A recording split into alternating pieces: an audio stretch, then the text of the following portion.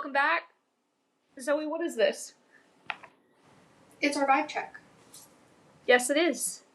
Indeed. I thought that was a trick question at first. I'd be like, no. A Zoe-centric vibe check. What do you got for us today? Oh, I was like, this isn't about me. I wanted to do some hot topics. We'll see if they're hot. They may be cold. We don't know. I read 2 of the list and I was like, oh, this is fine. So hot topics of 2026 so far. So we're a quarter in. We're a quarter in. We're going to do BookTok because we both love to read. Reality TV shows, and I'm sure we'll add our own because you know how the show goes. Pop culture, and that's it. I was trying to think I said worldly news and it got really sad really fast, so I took that off. Yeah, no thanks. So we're going to keep it really light and fun. Yeah, it's not that kind of podcast. No, we're really not serious on here. Do we just want to go back and forth, or? Yeah, I love going. I'll start. We'll start with BookTok. Because this first one is kind of, I feel like, controversial. BookTok has turned reading into a trend cycle instead of a hobby. I agree. And I do agree, but I don't know what I would do without BookTok either.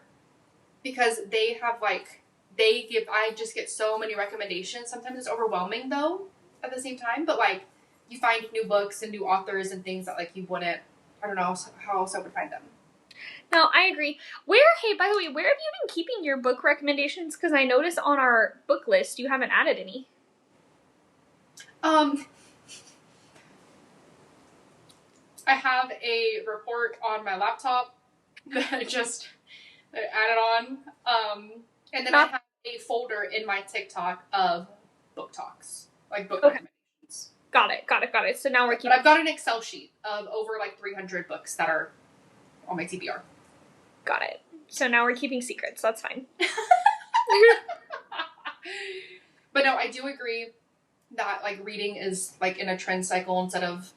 I think it does turn into a hobby for a lot of people, but I do think people use it to get likes or like interactions with their page. I don't think they're like doing it to genuinely read. That's fair. The next take is popular tropes are starting, like enemies to lovers, fake dating, morally gray men are starting to feel like copy-paste formulas. And what about it? What about it? I think that's true. I don't really have a problem with it. Nope. I know when I'm reading an enemies to lovers or morally gray men, I know what I'm getting myself into, and that's why I'm here. That's why I downloaded the book. Yeah. I love it actually even better if the woman is the one morally gray. Oh. There's been a couple series that I've read where, like, she's the villain and he's the good guy, and then, you know, it's enemies to lovers. I'm a sucker for an enemies to lovers. Yeah. No friends to lovers over here. Too boring. Too boring. Nah, not for me. I love a fake dating situation or like a marriage of convenience. No pregnancy tropes either. That does, If I read in the description, pregnant, I'm out. It could be the world's best book. You've lost me. Okay, now what about A Court of Silver and Flames? Farrah's pregnant? That's not a pregnancy trope. I don't know what that is. Is that where you want a pregnant woman or a man? No, like, so, I have a book right here. That would be like the main character in this book is pregnant or has become pregnant very early on, and that is like a center theme. Pass. Yeah. Okay. But yeah, I don't mind popular tropes being a copy and paste. Like, are there books where I'm like, I feel like I just read this? Yes. That's on me. Would I still probably rank it pretty high? Yeah. On me. I'm a big enemies to lovers. Even better, enemies to friends to lovers. Like Hunt and Bryce. Oh, yeah. Still think their relationship might be a little bit better than Reese and Farrah's. I agree. Hunt gets so much flack for no reason, in my opinion. I don't think he gets enough attention. Why are we not talking about this man more? True. Just saying. I also love a mafia romance, and those are legit copy-paste, but I just eat it up. Can't say I've ever read one. Oh. Is that where a gun is used as a thing? In one of them, that was not for me. Haunting Adeline, I did read the book. Did not like it. Yeah. But that's probably one of, I've probably read 5 mafia romances where that happens. Out of the 100 I've read, most of them are just like you look at her, you die, you touch her, you die. Well, yeah, I mean, everyone. In every instance. I hate everyone but you. Like, I love that trope. I feel like we low-key live that trope a little bit. We do. We do. Because I don't think people, like, on initial meeting would describe our partners as welcoming. I think they would. I don't know. I feel like mine can put on a sales face, and he's very likable. But like people think they're assholes. He doesn't really like you at first. Yeah. Not in like the way you. Yeah. No, I understand. You get what I'm saying. We do kind of live that trope. We do. I'm here for it. Okay. Next one is fast reads are replacing well-written books. People are more about finishing than enjoying. Can't relate to that. Have y'all seen fucking Crescent City? Literally any ACOTAR book, not a fast read. No. I got literally the whole Throne of Glass one right here in front of me, and it's 1, 2, 3, 8 books. I actually don't prefer, like, I like a standalone kind of series. I'll still read every book in the series, but I like that you don't have to, like, follow in order. But, like, I don't really enjoy reading books under, like, 300 or 400 pages. Like, there's just not enough detail for me to enjoy it. No, I agree. One of the first series I read on my Kindle was, it felt very fast-paced. And I think they were just trying to break up a really long story into 3 parts. Because I remember seeing some quote on Instagram, and it was the whole reason. Oh my god, I remember you telling me about this. And it wasn't until the end of the 3rd book that it finally had it. And I was like, what the heck? You were pissed off. I was like, I read so much for this one tiny scene. I mean, it's a good series. I'm actually now reading the next one, because the next one just came out. But okay. I don't like it as much because it's not about those 2 main characters. It's kind of like Court of Silver Flames. Now it's the main character's sister. Oh, okay. And that I can already tell is going to be best friend of still lovers. So I haven't picked it up in a couple months. Ugh, nasty. Okay, but no, this is a hot take. Yeah. Not best friends to lovers. It's my older brother's good friend who's always taking care of me to lovers. Meh. Sometimes that hits. I like what is it? Like, ex-boyfriend's best friend trope. That's fun sometimes. Especially when, like, the ex-boyfriend's, like, being a complete dick. Ooh. And then she gets with his best friend, or, like, the best friend gets with her. I love that. Forbidden love. Yeah. Star-crossed lovers. Any of that. I'm here for. Speaking of which, were you Team Peter or Team Gale? Growing up, Team Gale. Just like growing up, I was Team Jacob. And then when my adolescent mind developed a little bit more, I'm like, what am I thinking? And then I switched to Edward and Peeta very quickly. Yeah, that checks. I was just curious.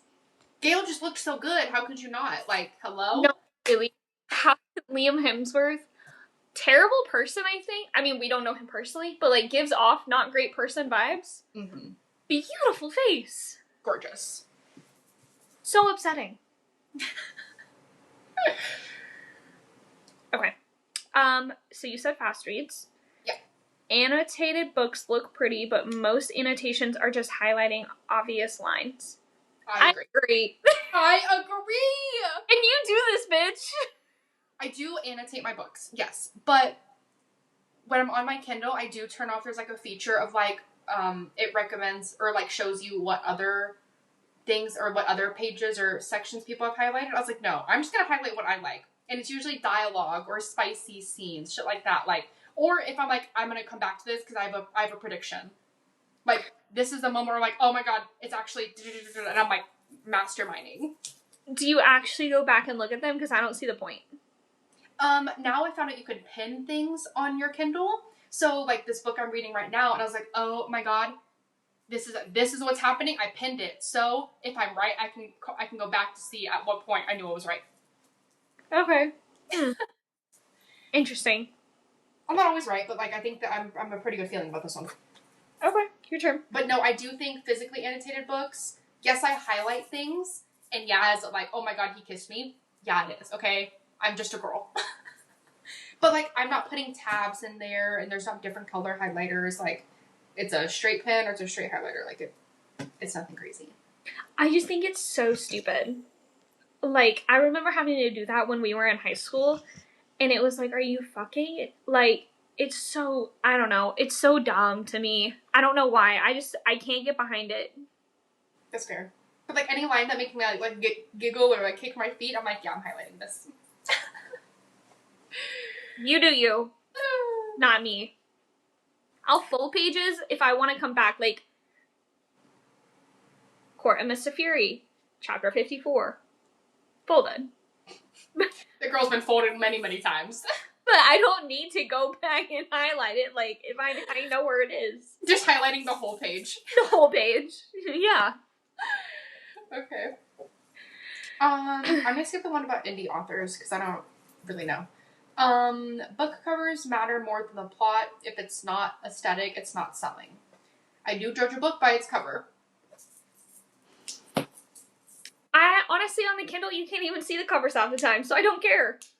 That's fair. But if I'm like in Barnes & Noble, or like if I see people recommending books on TikTok, I'm like, that cover does not look like it's for me. I will say, I wish I bought different covers of books that I love.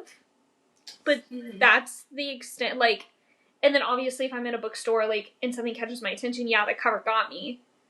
But I'm not gonna not read something that I think is good because I think the cover's ugly. Same.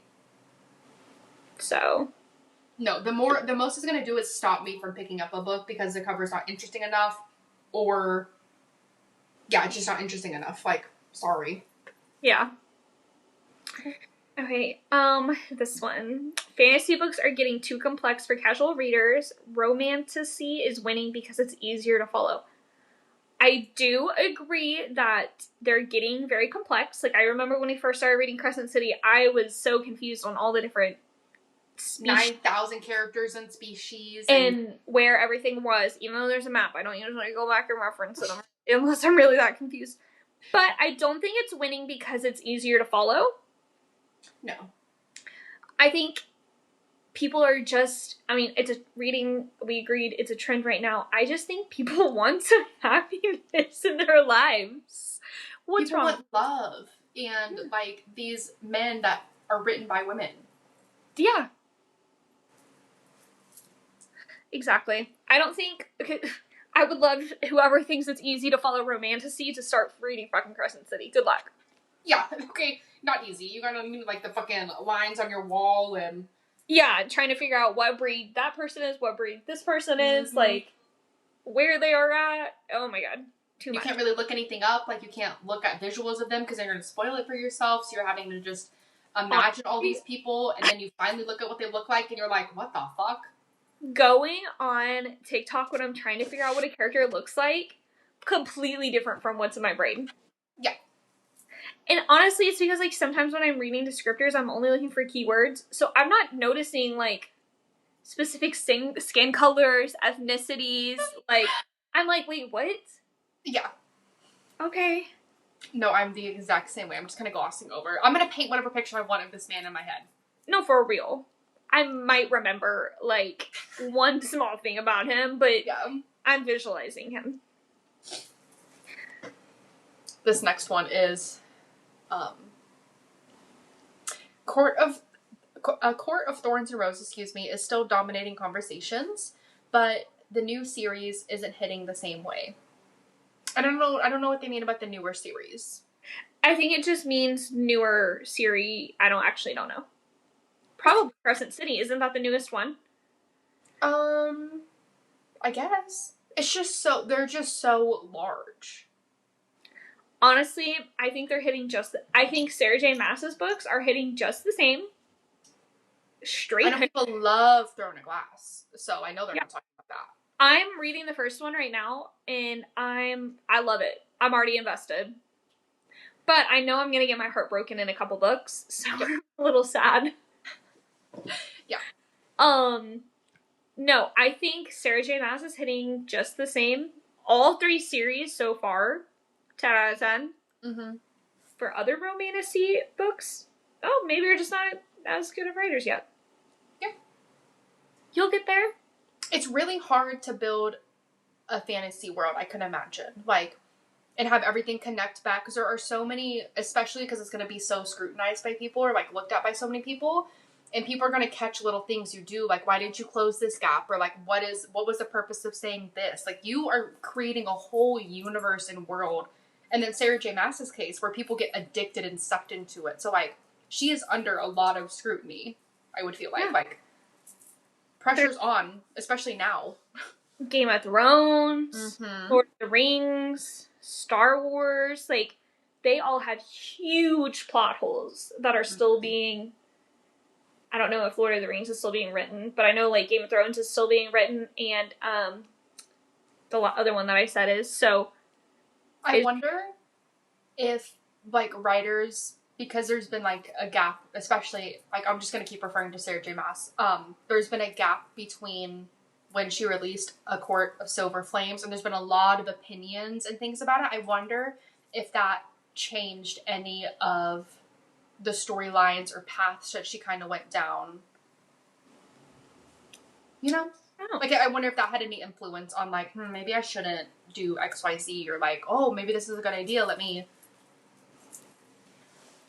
I think, I don't know, maybe, I know people talk about a redemption arc for Tamlin all the time. I don't know how I feel about that. No. And it's also interesting for her to hear her say that, like, Rhysand was never a plan. He just kind of walked right into the story. So in my head, it's like, girl, were you writing about this man knowing he was going to be a villain, though? Because he's love interest number 1. I was committed to the bit. Yeah. Until Under the Mountain stuff happened. So it's like, how are, like, when she goes back and looks at that series, she has to be like, red flag, red flag, red flag, red flag, red flag. So I think that could have changed the way she writes things. So I don't know. Just a thought. A good one. People say they want unique plots, but still only read what's trending. Well, how are we supposed to know about it? And I want the same plot. I want a dark romance. I want enemies to lovers. Like, I'm looking for the same plot. What do you mean? I don't want a unique plot. You would have a unique take to the plot, but I want it to be the same. You know? I agree. I'm not looking for a unique plot. I'm literally typing in TikTok, enemies to lovers books. Dark romance. Yeah, I'm not looking for books similar to Avatar. Okay, audiobooks are making people consume more books but retain less. Agreed. Yeah, I would listen to my audiobooks in like 0.125 speed. I listened to the prequel of the Bridgerton series, and, like, that was good. But, like, if you put a gun to my head and asked me to explain the plot of all 5 of them, I could maybe do 3. Fair. Because, like, with audiobooks, you're doing other things. You're not, like, a physical, but you're not locked down to it. Oh, there's been like, I've done things while on the phone with people that I completely don't even remember doing, or have, like, blank spots in my mind, in my memory, because I'm distracted talking on the phone. So 100%, I'm not remembering what I'm fucking hearing. Yeah. Did I tell you about the time I lost my car for, like, 2 hours in a parking garage? Yeah, because you couldn't figure out how to get down to it. No, because I didn't know where it was, because I was talking on my phone when I entered the parking garage. Oh, no. That's why I couldn't remember where I parked it, is because I was so distracted while parking. I was just doing it out of habit. Okay. Not every book needs a sequel. Dual series trilogies are being stretched for profit. I think you're a very good writer. You could stretch anything into 3 books. I don't know if I've read... You know what? No, that would be a total lie. I just read a book that I didn't know was a series, and I read the first one, and I was like, I'm not interested in reading the second or third one. Like, I read the first, like, 2 or 3 chapters. I was like, this is fucking stupid. I can't even remember what it was called. It's in my, like, what I've read list. I literally put did not finish series. But that would be the only exception. Everything else, I've never been like, oh, this shouldn't have been a 3 book part. Like, I feel like book 1 should be for building, like character building and world building and plot. And then at the end of book 1, there needs to be a problem. And that's what book 2 is about, is solution. Minimum. yeah. Like, I remember when we read The Midnight Library, and I don't know why, that book really just didn't do much for me, but I really enjoyed that. like, this is it. Okay. I liked that book. One of the very few like, non-fantasy books, or like, yeah, non-fantasy books that I've read. Yeah. Okay. Your turn. Now we're moving on to reality TV, which we've got a lot to say about reality TV. Shocker.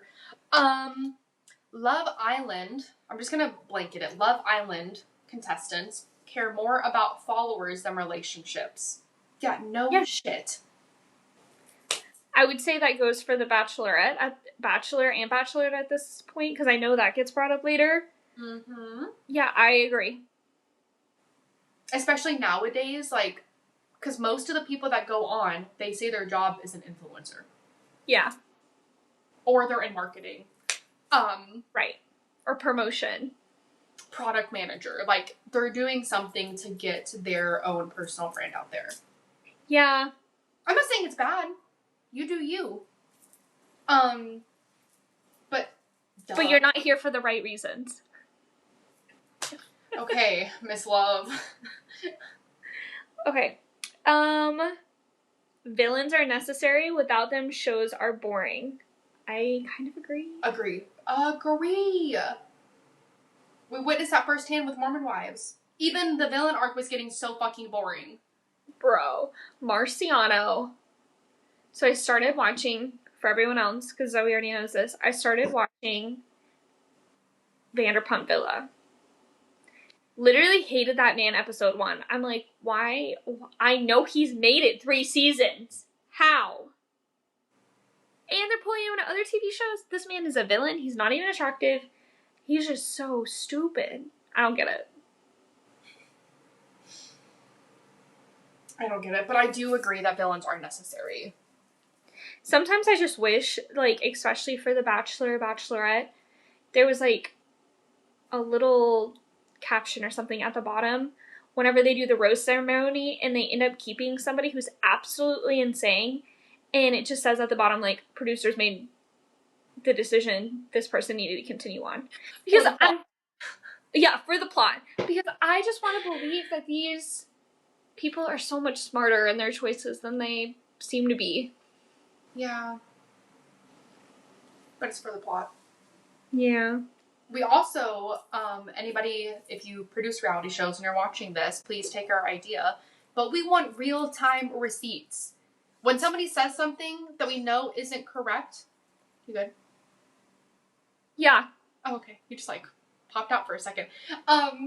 When somebody says something that's not correct, roll the fucking footage that we know you got right then, right now. Roll the tape. Roll the tape. Playback.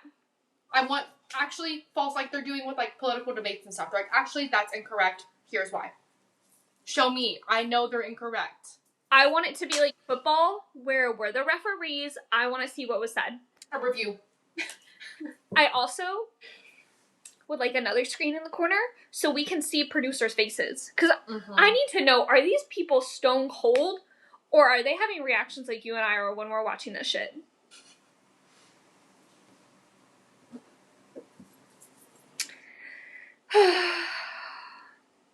Is my yeah, because you said the one about villains. Reunion episodes are... Wait. Didn't you say one just now? No. Oh. You can read it. Reunion episodes are better than the actual seasons. I disagree. Sometimes I agree. I love a reunion because there's so much drama. I like the Women Tell All. But I guess the style of reunion that they do for Mom Talk, I don't love. I don't know why. It just seems so boring. It's not long enough to me. Like, we don't really unpack anything. Yeah. Watch a Real Housewives reunion. That shit is just chaotic.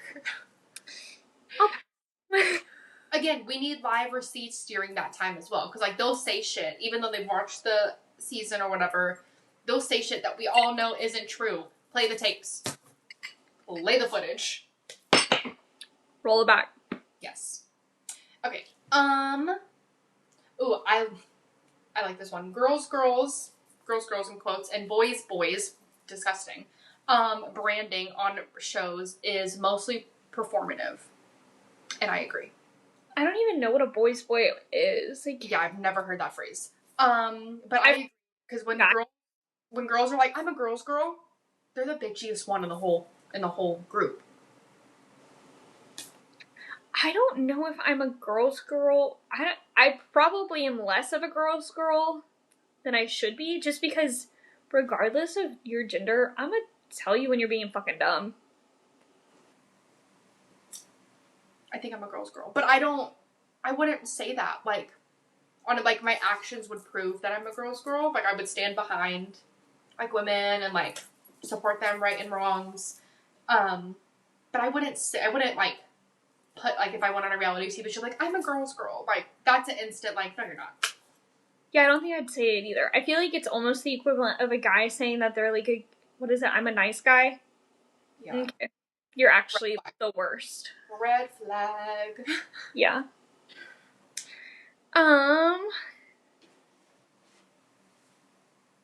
The best reality TV moments are always unscripted, uncomfortable, and slightly messy. Yeah. Duh. That's why I'm watching. Yes, that's life, babe. Yeah. Don't need to elaborate on that one further. The next one is dating shows don't create love anymore. They create influencers with shared trauma. And sometimes shared trauma is the best way to bond. Okay? Also a trope.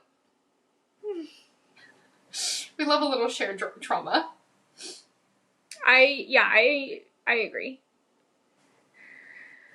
Competition shows are more interesting than dating shows right now. I agree, actually. Yeah. I like that. Higher stakes. Like it says less fake emotion. I would agree. Although I do feel like they're changing. So like I was watching Fear Factor, Fear House, and like that's what they're doing now is it's kind of like their Fear Factor, Fear House is they're doing the Fear Factor games, but they're also all staying together. Almost like Big Brother. I've never seen it, but probably. Yeah, because they do challenges and stuff like that in Big Brother. Yeah. So I think I don't really like that aspect of it. I mean, there's more drama, which is more fun, but yeah, it's weird. It makes you wonder what they did beforehand. Were they just like locked in their hotel rooms all separately? Maybe. Probably. Probably. Wait, yeah, who did we hear like say... Oh, no, we had a guest speaker at work who was on The Amazing Race. I don't know if that show's still going, but she was on The Amazing Race. And she said they would get to their locations like a week before, and they would have to stay in their hotel room a week before, and they couldn't leave. Like, they would literally get like a menu slid under their door of what to pick for breakfast, lunch, and dinner. They'd just slide it back. They'd leave and they had, like, no phones, nothing, because you can't contact your loved ones. You had, like, a certain number of books, and I'm like, that sounds like hell. But she was like, I was very prepared for COVID. Valid. Isn't The Amazing Race, like, an athletic thing? How do they train, then, if they're not allowed outside their rooms? Well, they got athletes, so she was an Olympian. Is an Olympian. And then the dude she was with, I don't know what, he was also some type of athlete. Interesting. Yeah. No, I agree. They're more interesting. We're at 30 minutes. Should we save these hot takes for a part 2 of hot takes? Because there are many more topics we can think of. Yeah, why not? Okay. Keep on coming back for more. Yeah. Amber, where can they find you? You can find me on the Amber Allred of all forms of social media. Zoe, where can they find you? You can find me on Instagram at Zoe Chantal. My TikTok is linked in my bio, and you can find us on literally any platform that you could think of at No Topics, Just Vibes. Yeah. And we will see you guys next week.